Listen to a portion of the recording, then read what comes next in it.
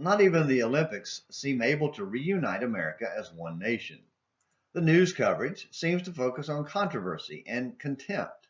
Contempt for this country, contempt for the athletes who fail to win or win and fail to respect the flag. It's a shame and disgrace on so many levels.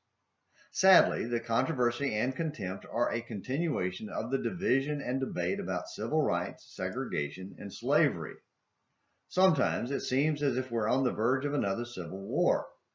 Obviously, none of us were around then, so let's think about the reality of the Confederate rebellion and its great cost.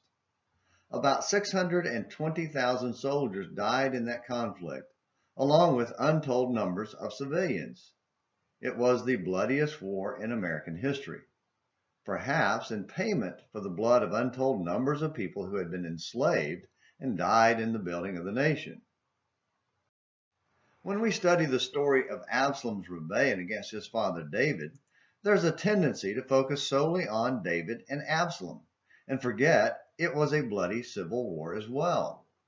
Clearly, they are the main characters, but in focusing on them, we can inadvertently pass over a key passage that demonstrates why Absalom's actions were so despicable. The text says, "There was a great slaughter there that day." It describes a civil war where father was fighting son, brother was fighting brother, and 20,000 men died. 2 Samuel 18, verses 6 through 8. Those 20,000 dead were men who were husbands, fathers, and sons. Their death left many widows, orphans, and parents permanently deprived of their love and support. David's sin with Bathsheba led to the death of her husband, her son, the rape of David's daughter, the death of two more of David's sons, and 20,000 men. The American slave trade led to the systematic rape and slaughter of untold numbers of Africans that was only stopped by the death of 620,000 soldiers and an untold number of civilians. Segregation perpetuated a racism that systematically oppressed millions of Black Americans. Planned Parenthood is part of an abortion industry that has killed over 60 million innocents since 1973. Contempt for human life, for each other, always leads to suffering and death.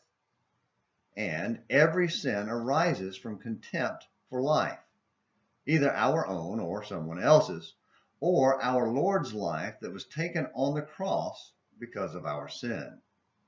So, the next time we try to excuse sin, whether it's our own or another's, remember it carries a high cost. Who are we willing to let die, besides ourselves, by choosing to sin?